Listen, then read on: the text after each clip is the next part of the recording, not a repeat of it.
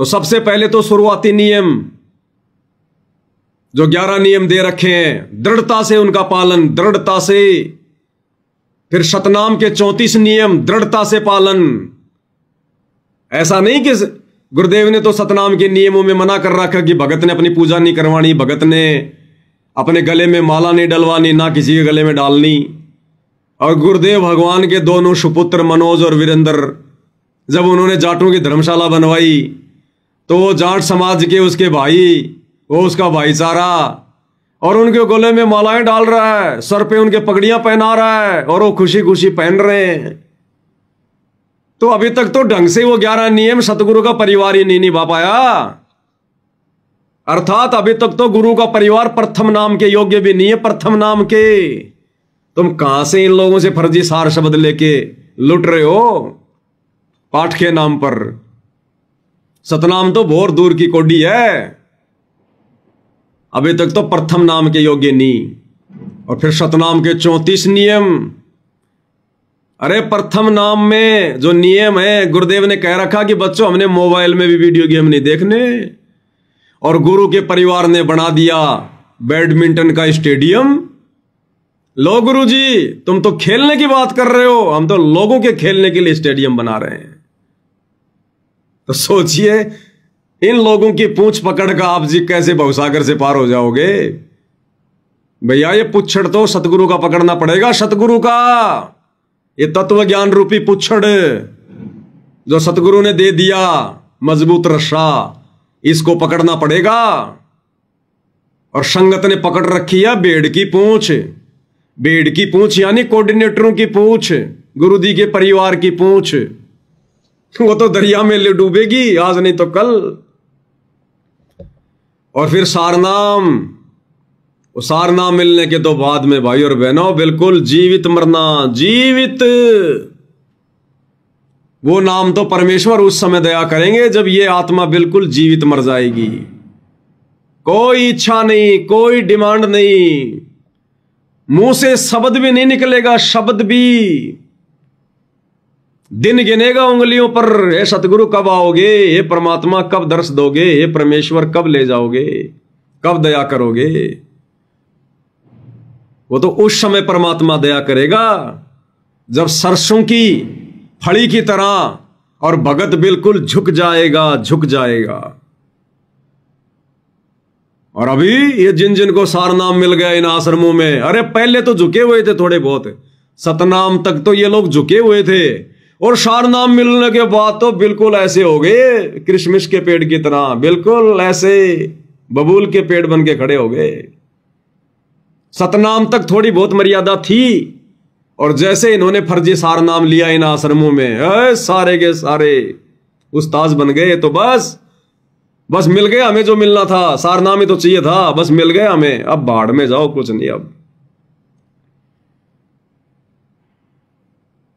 अब उसके लिए परमात्मा फिर क्या कहते हैं भाई और बहनों? कामी क्रोधी लालची इनसे भक्ति न होए, भक्ति करे कोई सूरमा जात वर्ण कुल खोए। जिन जिन लोगों को सारनाम मिल चुका है 2014 बरवाला कांड से पहले सतगुरु रामपाल जी भगवान से, या फिर 2014 बरवाला कांड के बाद सतगुरु रामपाल जी भगवान के कलयुगी परिवार से, इन फर्जी सतलोक आश्रमों से, दास भाई और बहनों 1% की तो कह नहीं सकता, बाकी 99% सार नामधारी, सार शब्दधारी इन लोगों को काल ने बुरी तरह से विषय वासनाओं में जकड़ रखा है, काम वासना में जकड़ रखा है बुरी तरह से। बहुत सारे महापुरुष तो ऐसे हैं जो सार नाम लेने के बाद में रमेणियां करते हैं, जो सार नाम लेने के बाद तो शादी करते हैं, रमेणी करते हैं सार नाम के बाद। तो अभी ओरिजिनल सार नाम की तो भगवान ने किसी को छींट भी नहीं लगने दी, छींट भी। उसके लिए तो परमात्मा क्या कहते हैं? कामी क्रोधी लालची इनसे भक्ति ना होए। अरे जो काम वासना में लिप्त है, जो क्रोध में लिप्त है, तो मार दूंगा, आजा मेरे सामने, भक्तों के ऊपर जो लोग मुकदमे करने में लगे हुए वो क्रोधी की श्रेणी में है, वो तमोगुणी है। जो भक्तों पर मुकदमे करते फिरते हैं वो तमोगुणी, वो क्रोधी है। कामी क्रोधी लालची इनसे भक्ति ना होए। और भक्ति करे कोई सूरमा। सूरमा कौन है? जो अपने गुरु जी के वचन पर दृढ़ता से डट गया कि मैंने तो मेरा मोक्ष करवाना है, मैंने तो मेरा आत्म कल्याण करवाना। बाढ़ में जाओ ये दुनिया।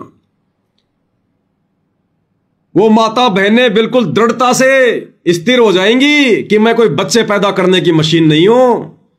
आज से पहले तो मुझे ज्ञान नहीं था, इसलिए मैं बच्चे पैदा करने की काल प्रेरणा से मशीन बनी हुई थी। मैंने तो अपना आत्म कल्याण करवाना, आत्म कल्याण। स्त्री हो या पुरुष हो, मर्यादा नियम सबके लिए बराबर है। तो कामी क्रोधी लालची इनसे भक्ति ना होए। गुरुदेव कहते हैं ये तो भक्ति कर ही नहीं पाएंगे। अब बताओ कैसे सार नाम मिल जाएगा उस कामी क्रोधी लालची को? क्या सतगुरु को दिखाई नहीं दे रहा? क्या सतगुरु बालक है, सतगुरु बच्चा है जो ऐसी आत्माओं को मूल मंत्र देगा? कभी नहीं, कदापि नहीं। जीव गलती कर सकता है, परमात्मा नहीं। तो ये तो रिहर्सल चल रही है। सतगुरु आत्मा को, जीव को अपनी औकात से परिचित करवा रहे हैं, अपनी औकात से कि तुम कितने लायक हो इन मंत्रों के, तुम कितने योग्य हो अभी। तो कामी क्रोधी लालची इनसे भक्ति ना होए। ये भक्ति कर ही नहीं सकते, कर ही नहीं सकते भक्ति। सतगुरु की वाणी भाई अमर वाणी है, कोई जुठला नहीं सकता माई का लाल संसार में इन वाणियों को। तो बताओ जो भक्ति नहीं कर सकता, जो व्यक्ति काम वासना में है, जो क्रोध में है, यानी तीनों गुणों का जिसके ऊपर प्रभाव है, रजोगुण का, शतोगुण का और तमोगुण का, गुरुदेव कहते हो भक्ति कर ही नहीं पाएगा। और या तो सार नाम लेने के बाद में काम वासना में धस रहे हैं। तो सोचिए सतगुरु ने उनको सार नाम दिया क्या? अरे सार नाम तो बहुत दूर की बात है। गुरुदेव भगवान तो कहते कि सतनाम मिलने के बाद में विषय वासना शांत हो जाती हैं। अगर आपने सतनाम का मर्यादाओं में रहकर जाप करना शुरू कर दिया तो कुछ ही दिनों में काम वासना दब जाएगी। सतनाम के सुमरण बिना और मिटे न मन का दाग। जब हमारे विकार शांत होंगे तब परमात्मा उस मूल मंत्र की दया करेगा। ये सतनाम इसलिए तो दिया जाता है, अपने विकारों पर कंट्रोल करें, रिहर्सल करें, गुरु की वाणियों पर चलने की। नित्य नियम क्यों बना के दिया? इतनी वाणियां क्यों सुनाते हैं गुरुदेव रोजाना? ये बच्चों इन पे अमल करना पड़ेगा। एक एक वाणी पर अमल करना पड़ेगा। एक एक वाणी पर तुमने चलना पड़ेगा। और वाणी क्या कह रही है? कामी क्रोधी लालची इनसे भक्ति ना होई। भाई और बहनों, ये भक्ति का बिल्कुल लास्ट टाइम चल रहा है, लास्ट। सत्सेवक भाई बहन तो फिर भी समझ रहे होंगे इन बातों को। और जिन जिन आत्माओं को समझ में नहीं आ रही है, जो साथ संगतियों से जुड़े हुए हैं, वो भाई बहन समझना शुरू कर दो अति शीघ्र। भाई काल हमें कभी नहीं छोड़ेगा कि हम तीनों गुणों से दूर हट जाएं, कभी नहीं छोड़ेगा। शिकारी कभी नहीं चाहेगा कि कबूतर मेरे जाल से दूर चला जाए, और कबूतर की भी औकात नहीं है कि जाल में फंसा हुआ वो बाहर निकल जाए। तो तरीका क्या है? अंतरात्मा से रोना पड़ेगा, अंतरात्मा से, इन विकारों से छुटकारा पाने के लिए। इसलिए गुरुदेव कहते हैं हृदय से अर्जी लगाओ, हृदय से। ये पैसे वाली अर्जी काम नहीं करेगी, ज्योति पाठ वाली अर्जी काम नहीं करेगी, ये कोऑर्डिनेटरों वाली अर्जी काम नहीं करेगी, एक दूसरे भगत भाई बहन से दुखड़ा रोने से काम नहीं चलेगा। जो भी कहना है, जो भी रोना है, जो भी धोना है, सतगुरु के चरणों में बैठ के रो, वहां अर्जी लगाओ। तब जाकर सतगुरु पुकार सुनेगा। परमात्मा हमें हंस बनाने के लिए आए, हंस। अरे कव्य तो हम पहले ना थे, बगुले तो हम पहले ना थे। कौवा मतलब जो भक्ति के आसपास भी नहीं था जो व्यक्ति, वो कौवा। तो पहले हम कव्य थे, हमें पता भी नहीं था क्या भक्ति है, क्या सतलोक है, क्या सतगुरु है। सतगुरु ने हम कौवों को अपनी शरण में लिया, प्रथम नाम दिया, फिर हम बगुले बने। बगुले हमने बाहर से तो अपना रंग बदल लिया कि मैं भगत बन गया, लेकिन अंदर से हम बगुले, अंदर से विकार ज्यों के त्यों। बगुला होता है बाहर से बिल्कुल सफेद होता है, बिल्कुल भगत बना दिखाई देता है, एक पैर पर ऐसे रहेगा आंखें बंद करके, लेकिन ध्यान कहां रहेगा? मछली पर, कीड़े पर। तो नाम दीक्षा से पहले हम बिल्कुल कव्य थे। सतगुरु ने शरण में लिया तो हम उस बगुले की श्रेणी में आ गए। यानी बाहर से तो हम भगत जी दिखाई दे रहे हैं, सतसाई भगत जी, सतसाई सतसाई भगत जी, बिल्कुल नाड़ झुका के सतसाई, जय हो बंदी छोड़ की। और भक्तों पर करे मुकदमे, भक्तों के मारे लठ, भक्तों को निकाले गाड़ियां। तो बगुले अंदर से विकार जो के त्यों, बाहर से भगत दिखाई देने की नौटंकी अंतर्यामी से नहीं छुप सकता। फिर सतगुरु ने हम बगुलों को हमारे को सतनाम दिया, 2 मंत्र का। हम बगुलों को सतनाम दिया कि बेटा अब तेरे को ये सतनाम दे रहा हूं। तू ऊपर से तो भगत बन गया, लेकिन तू अंदर से नहीं बना। तो अंदर के विकारों को समाप्त करने के लिए, अंदर के विकार कौन से? सूक्ष्म विकार, काम, क्रोध, लोभ, मोह, अहंकार। तो सूक्ष्म विकार कैसे मिटेंगे? सतनाम के मंत्र से। तो ये सतनाम का मंत्र गुरुदेव ने क्यों दिया?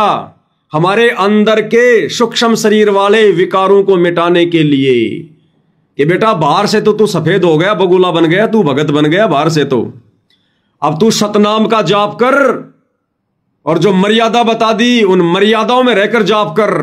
और बेटा बाहर के साथ साथ अब तू अंदर से भी भगत बन, अंदर से भी। तो अंदर से भाई और बहनों सतनाम लेने के बाद वही बगुला हंस बन सकता है जो अपने गुरुदेव की मर्यादाओं के ऊपर खरा उतरकर सतनाम का सुमरण करेगा। फिर वो धीरे धीरे धीरे धीरे हंस प्रवृत्ति में तब्दील होगा, और जब वो हंस बन जाएगा उसके बाद सतगुरु उसको मानसरोवर पर बैठाएगा। और मानसरोवर में क्या होते हैं? मोती। मोती यानी सारनाम। अरे बगुले को कभी मोती नहीं खिलाई जाती, ना बगुला कभी मोती खाता है। मोती कौन खाता है? हंस खाता है। तो सारनाम किसको दिया जाता है? हंसों को। तो परमेश्वर ने दया करी, हम नीचों का सौभाग्य, परम सौभाग्य। समय बड़ी तेजी से निकलता जा रहा है, बड़ी तेजी से। परमेश्वर ने 7 संगतियां शुरू करवाई, हजारों की संख्या में आत्माएं जुड़ी, और परमेश्वर ने प्रथम लेवल की परीक्षा ली। पहले 8-9 वर्षों से 7 संगति से जोड़ा। भाई और बहनों कैसे कैसे अब वो दिन हमें भी याद आते हैं ना, हम भी सिर में चोट मारते हैं कि कैसे पूरी पूरी रात बैठकर भाई बहन सतगुरु की महिमा किया करते थे। कोई पेशाब करने भी नहीं जाता था, भंडारा वंडारा लेके रात को 10 बजे बैठ जाते थे 7 संगतियों में, और सुबह 5 बजे उठते थे। 6-6 घंटे, 5-5 घंटे, पता भी नहीं चलता था। नॉन स्टॉप सतगुरु की महिमा चलती थी। हर 7 संगति में नई नई बातें, नए नए खुलासे, नए नए रहस्य। मालिक ने हजारों ऑफलाइन 7 संगतियां करवाई। इसके अलावा कई हजारों परमात्मा ने वीडियो बनवाए, फिर अपनी पुस्तकों पर वीडियो बनवाए। मालिक को पता था कि ये पुस्तकें नहीं पढ़ने देगा इनको काल। परमात्मा ने अपने कुत्तों की ड्यूटी लगाई। कबीर सागर के सरलार्थ पे 60 वीडियो 3-3 घंटे के, मुक्ति बोध पर 50 वीडियो 3-3 घंटे के, जीने की राह पुस्तक पर 35 वीडियो, यथार्थ भक्ति बोध तीनों समय की आरती के ऊपर 50 वीडियो, भक्ति से भगवान पुस्तक के ऊपर वीडियो, धरती पर अवतार पुस्तक के ऊपर वीडियो, जब जब भूल पड़े पुस्तक के ऊपर वीडियो, मुसलमान नहीं समझे ज्ञान कुरान पुस्तक के ऊपर वीडियो, और भी कई पुस्तकें, और उसके बाद विशेष संदेशों के ऊपर वीडियो, फिर गुरुदेव के सत्संगों के सार के ऊपर वीडियो। ये परमात्मा ने अपनी विशेष रजा बख्श के, अपना विशेष आशीर्वाद देकर, सद्बुद्धि देकर परमात्मा ने इतना मेटेरियल बाहर निकलवाया है। क्यों? हमें हंस बनाने के लिए, हंस बनाने के लिए। तो सतगुरु की लाखों की संख्या में संगत है, जिसमें से 90% तो सतलोक आश्रम से जुड़ी है और 10% बड़ी मुश्किल से साध संगतियों में है। और उन 10% में से बड़ी मुश्किल से 1% भी हंस नहीं बन पाए, 1% भी। और अब जैसे ही सतगुरु ने मैसेज डलवाया प्रेरणा करके कि भैया अब आज के बाद में 15 अक्टूबर 2025 के बाद में साध संगति में केवल उन्हीं आत्माओं की एंट्री होगी जो आत्माएं हंस दशा में आ चुकी हैं, जिन्होंने सतगुरु के आशीर्वाद से और मर्यादित भक्ति से विषय विकारों पर कंट्रोल प्राप्त कर लिया है। जीव की औकात नहीं है, सतगुरु के आशीर्वाद से। बड़ी मुश्किल से 100 आत्माएं, बड़ी मुश्किल से अच्छे अच्छे भगत भाई बहन फैल हो रहे हैं, अच्छे अच्छे, जिनके विषय में हम सोच भी नहीं सकते थे। ऐसे ऐसे भाई बहन इस प्रथम परीक्षा में फिसल गए। ये प्रथम परीक्षा थी परमात्मा की ओर से, ये प्रथम बैच परमात्मा ने छांटना है। बड़ी मुश्किल से गुरुदेव भगवान ने 100 को पास किया, बड़ी मुश्किल से। बाकी दूसरा बैच कोशिश करो, कोशिश तो करनी पड़ेगी। ऐसा नहीं है कि फाइनल हो गया, 100 के आसपास आत्माएं निर्विकार हो पाई हैं, विषय वासनाओं से दूर होकर भक्ति कर रही हैं, तो बस वो 100 ही आत्मा सेलेक्ट हो गए, नहीं। इसीलिए सतगुरु रामपाल जी परमेश्वर बार बार अपनी जमानत को कैंसिल करवा रहे हैं, इन आश्रम वालों के लिए नहीं। उधर तो कव्य कव्य भरे पड़े, बगुले बगुले निरे, पता नहीं चलता कौन कौन सी जो है प्रजाति के जीव हैं। क्योंकि दास बार बार कहता है भाई और बहनों सतगुरु की प्रेरणा से कि जिस दिन सतगुरु रामपाल जी भगवान हिसार जेल से बाहर आ जाएंगे, उस दिन भाई और बहनों फिर भक्तों की परीक्षा बंद, सतलोक के लिए हंसों की एंट्री बंद। जितनी आत्माएं छट चुकी होंगी, विषय वासनाओं से दूर हो चुकी होंगी, बस उन्हीं आत्माओं को परमेश्वर फिर भक्ति मार्ग पर आगे बढ़ाएगा, उनको दिव्य दृष्टि, दिव्य ज्ञान प्रदान करेगा। इसलिए ये उन आत्माओं के लिए बहुत बड़ा सौभाग्य अभी उनका कि सतगुरु रामपाल जी परमेश्वर जी के हिसार जेल से बाहर आने से पहले पहले भाई हंस दशा में आने का पूरा प्रयास करो, पूरा प्रयास। ये बहानेबाजियां नहीं चलेगी, मेरा पति नहीं मानता, मेरी पत्नी नहीं मानती। कई कहते हैं भगत जी हमारे घर में बहुत संघर्ष है, हम बहुत कोशिश करते हैं भगत जी, घर वाले मानते नहीं है। अरे मीराबाई के घर वाले मानते थे क्या? मीराबाई के घर वाले आसानी से मान गए थे? नहीं माने, नहीं माने तो मीराबाई ने भी हार नहीं मानी। और क्या किया मीराबाई ने भक्ति के लिए? फिर आत्म कल्याण के लिए सब जायज है, सब। ये आत्म कल्याण का मौका बार बार नहीं मिलेगा, ये पति तो हजारों मिल जाएंगे, हजारों मिल चुके हैं। और नहीं पार हुए तो इकट्ठे गधे और गधी बन के घूमेंगे अगले जन्मों में भी, कुत्ता और कुत्ती बनकर सरेआम रोडों पर सेक्स करेंगे। पति की बात माननी है या फिर इस पति परमेश्वर की बात माननी है?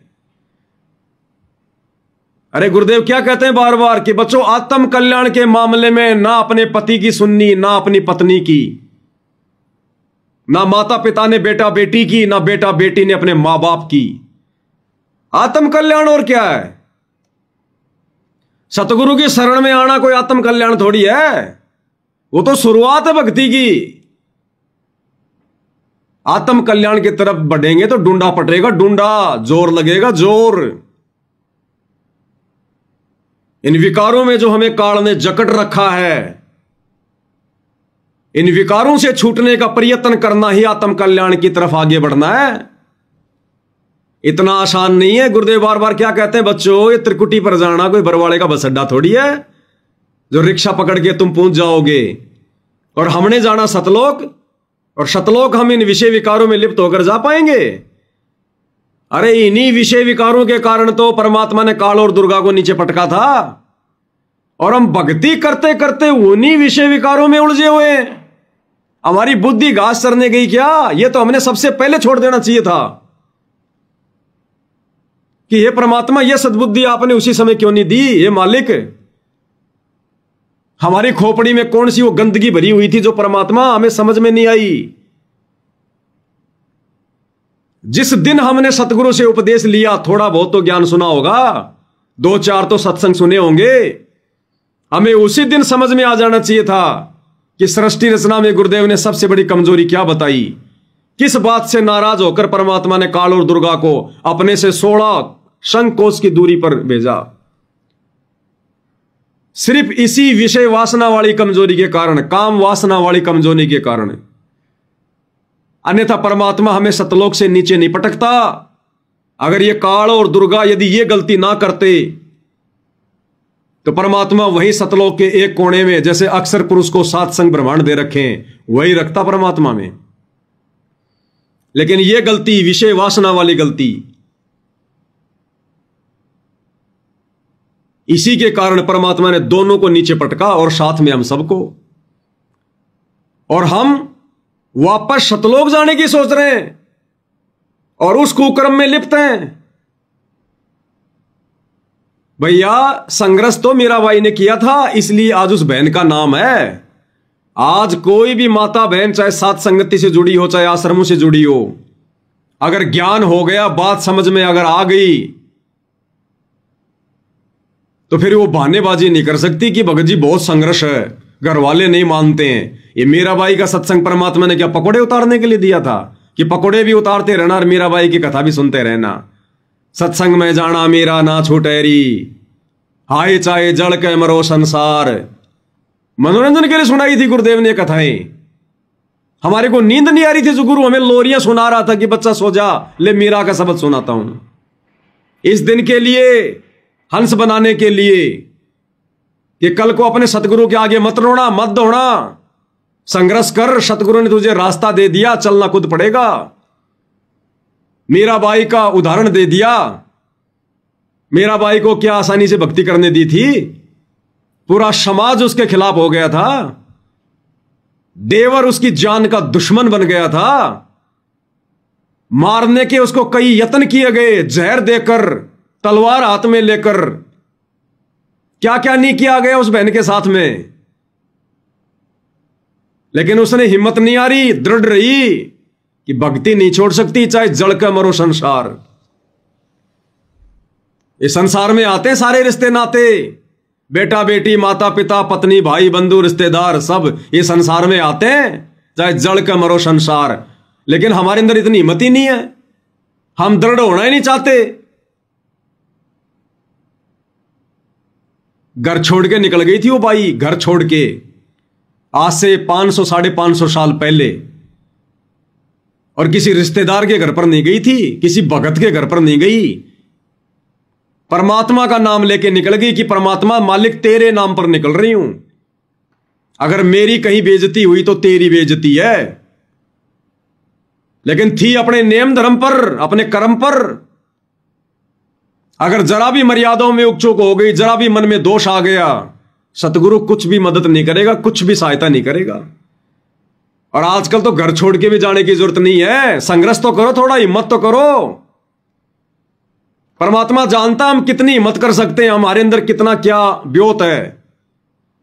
इसलिए गुरुदेव कहते हैं नालायकों कभी हृदय से बैठ के अर्जी तो करो, तुम्हारा तो उतने में काम बढ़ जाएगा। कभी बैठ के मालिक के चरणों में रो धो और संघर्ष करो। शरीर तुम्हारा है, तुम्हारे पति का कोई अधिकार नहीं है इसके ऊपर कि वो तुम्हारे साथ जबरदस्ती करे। दोनों के अधिकार बराबर है, दोनों के अधिकार बराबर। तुम्हारी मर्जी से वो तुम्हें छू भी नहीं सकता। अगर तुम दृढ़ हो जाओ तो कि भैया आत्म कल्याण करवाना है और तूने करवाना तो तू भी सुन सत्संग। और परमात्मा से अर्ज करो, नहीं तो जालिया बिगड़ली बात, बिगड़ली है बात। ये पहला बैच तो निकल गया, अब इसमें भी कई गिरेंगे नीचे। इसमें भी अगर कोई धोखाधड़ी में होगा, अगर कोई छल कपट में होगा, नीचे गिरेगा। सतगुरु नहीं संभालेगा बिल्कुल भी।